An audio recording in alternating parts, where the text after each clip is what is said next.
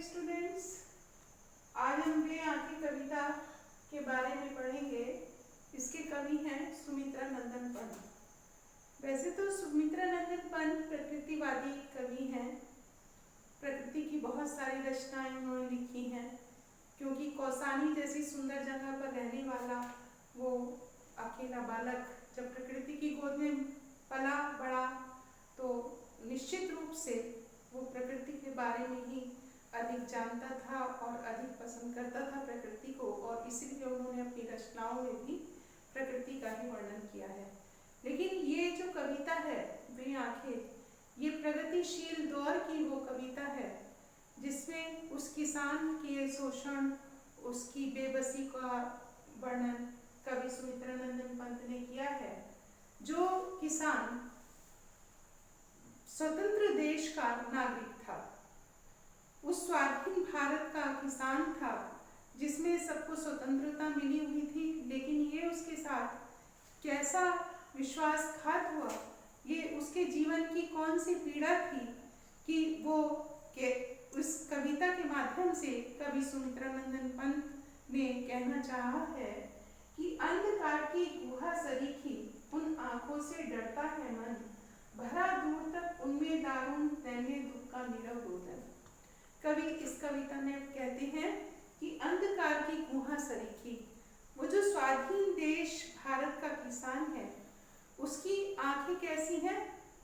अंधकार से भरी हुई गुफा के समान। इतना अंधेरा, इतनी बेबसी, इतनी लाचारी उसकी आंखों में दिखाई देती है उस किसान की कि उसकी आंखों में झांकने की हिम्मत नहीं होती, और अगर झांक भी लेते हैं तो मन डर जाता है। ये इस कविता के माध्यम से कवि कहते हैं, और वे कहते हैं कि उसकी आंखों में जब देखो तो उसमें दूर दूर तक दुखी दुख, सन्नाटा, नीरवता दिखाई देती है कि वो किसान अपने जीवन में कितना दुखी है। सब कुछ खोने के बाद, सब कुछ उसका लुट जाने के बाद वो किसान, उसकी आंखों से उसकी पीड़ा झलकती है। वह स्वाधीन किसान रहा, अभिमान भरा आंखों में इसका, छोड़ उसे मझधार आज संसार कगार सदृश है इसका। इस कविता में कवि बताना चाहते हैं कि वह स्वाधीन भारत का किसान है। ये उस समय का किसान नहीं है जब अंग्रेजों के गुलाम थे हम लोग, बल्कि ये जब भारत को आज़ादी मिल गई थी, स्वतंत्रता मिल गई थी, उस समय का वो किसान है। वो स्वाधीन भारत का किसान है, और इस बात का उसकी आंखों में अभिमान भी था कि मैं स्वतंत्र भारत में रहता हूँ।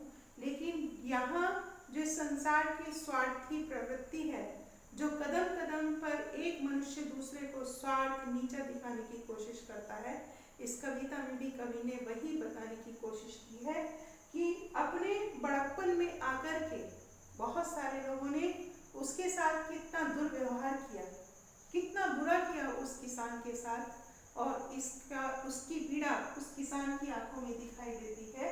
ये सारा का सारा संसार उसे बीच मझधार में छोड़ करके निकल गया। उसे बीच मझधार में अपनी परेशानियों से लड़ने के लिए उस संसार ने, जो बहुत स्वार्थी है, केवल अपना अपना भला सोचता है, उसे बीच मझधार में छोड़ दिया और वो सब के सब एक किनारे बोले गए। अंधकार की गुहा सरीखी, उसकी आंखें कैसी हैं? जो बहुत अंधेरी गहरी गुफा, ऐसी गुफा जैसी उसकी आंखों में नीरवता, सन्नाटा, दुख पसरा पड़ा है। और इसलिए ये जो अंधकार की गुहा सरीखी जो पंक्ति आई है, इसमें क्या है? इसमें उपमा अलंकार है, क्योंकि उसकी आंखों की जो उपमा दी गई है वो अंधकार से भरी हुई गुफा से दी गई है। और कवि एक और इसमें कवि की विशेषता है, संस्कृत निष्ठ बोली का, भाषा का उन्होंने प्रयोग किया है, और कहीं कहीं पर अनुप्रास अलंकार भी आया है इस कविता में। बहुत सुंदर कविता है, मुक्तक छंद में लिखी हुई। आगे का जो इसका पैराग्राफ है वो मैं इसमें आपको पढ़ के सुनाती हूँ। कवि आगे कहते हैं कि लहराते हुए खेत दृगों में हुआ वेद